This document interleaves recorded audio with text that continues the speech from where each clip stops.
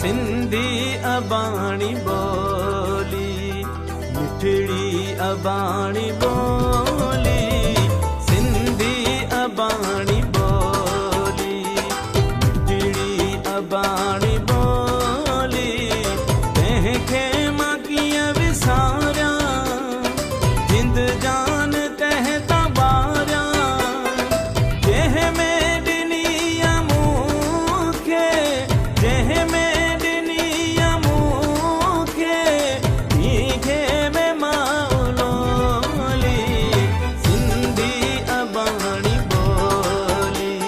अॼु सिंध समेत सॼी दुनिया में ॿोलियुनि जो आलमी ॾिहाड़ो मल्हायो पियो वञे।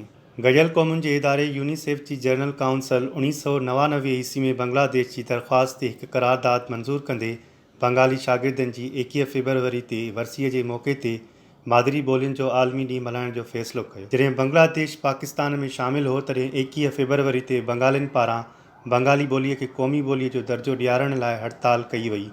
उन ॾींहुं ढाका यूनिवर्सिटी जे शागिर्दनि जुलूस कढियो, जंहिं ते लठबाज़ी ऐं फायरिंग कई वई, जंहिं जे नतीजे में 8 शागिर्द पंहिंजी ज़िंदगी तां हथ धोई वेठा।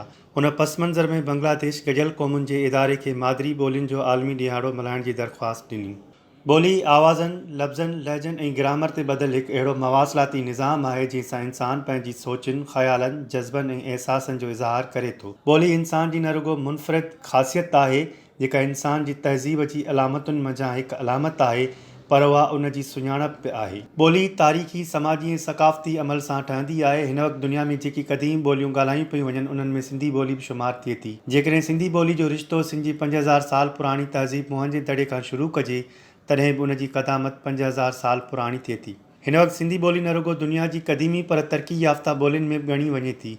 सिंधी ॿोली न रुॻो पाकिस्तान जे सभिनी सूबनि पर दुनिया जे अनेक मुल्कनि जहिड़ोकि भारत, अमरीका, बर्तानिया, कैनेडा ऐं ॿियनि मुल्कनि में ॻाल्हाई वञे थी। हिन वक़्तु सिंधी ॿोली में KTN न्यूज़, KTN एंटरटेनमेंट, कशिश ऐं ॿिया TV चैनल कमु करे रहिया आहिनि।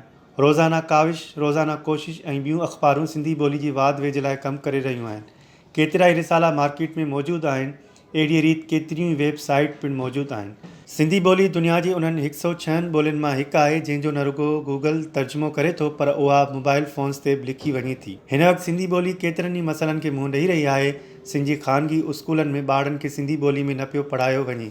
तंहिं करे सिंध जे तालीम खाते खे उन पासे ध्यानु ॾेई ख़ानगी तालीमी इदारनि खे शागिर्दनि खे सिंधी ॿोली में पढ़ाइण जो पाबंद करणु घुरिजे त जीअं सिंधी ॿोलीअ जी वाध वेझ में वाधारो अची सघे। सिंधी अबाणी बोली, मिठड़ी अबाणी बोली, सिंधी अबाणी बोली, मिठड़ी अबाणी बोली, तंहिंखे